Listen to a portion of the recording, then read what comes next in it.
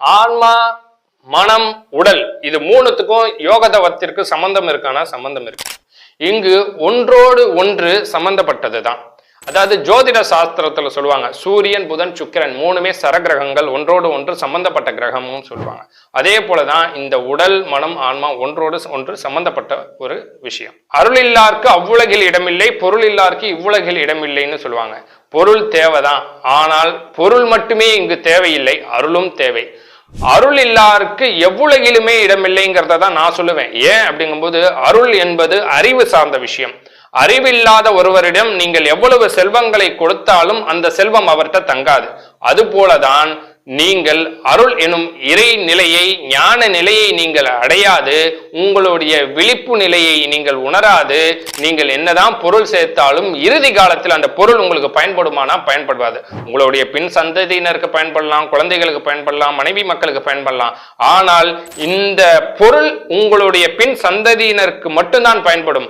ஆனால் அருள் தான் நீங்கள் இவ்வுலகை விட்டு நீங்கள் இறைநிலையை அடையும் போது அந்த அருள் தான் உங்களுக்கு துணை நிற்குமே தவிர பொருள் அல்ல.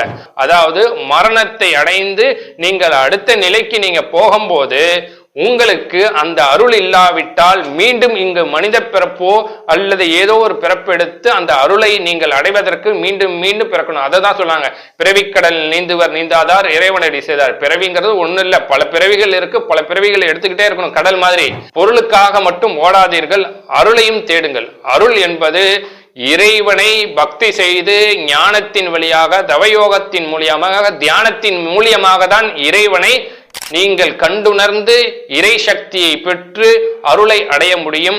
சிறந்த தவயோகத்திற்கும் ஆன்மா முக்கியம், உடல் முக்கியம், மனம் முக்கியம். இந்த உடலை நீங்க முதல்ல சரிப்படுத்தணும், ஆன்மா அதுக்கப்புறம் மனதை கட்டுப்படுத்தணும். இந்த உடலை முதல்ல நீங்க நோய் இல்லாது, நரைதிரை மூப்பு பிணி இல்லாது கொண்டு வரணும். அதுக்கப்புறம் மனதை கடந்த நிலைக்கு, மனம் எண்ணமற்ற என்ன சிதறல் எல்லா நிலைக்கு நீங்க கொண்டு வரணும். அதுக்கப்புறம் தான் இந்த ஆன்மா தன்னை யாரென்று உணரக்கூடிய நிலையை நீங்கள் அடைய முடியும். மனம், உடல், ஆன்மா மூன்றும் ஒன்றோடு ஒன்று தொடர்புடையது. இதை சிந்தித்து செயல்பட்டால் எப்பிறப்பு எடுத்தினும் இறை அருளோடு நீங்கள் இப்பிறப்பு இல்லாது எப்பிறப்பிலும் ஞான நிலையை நீங்கள் அடைய முடியும். ஞானம்தான் இங்கு இறுதியான ஒன்று, ஞானம்தான் இங்கு உறுதியான ஒன்று.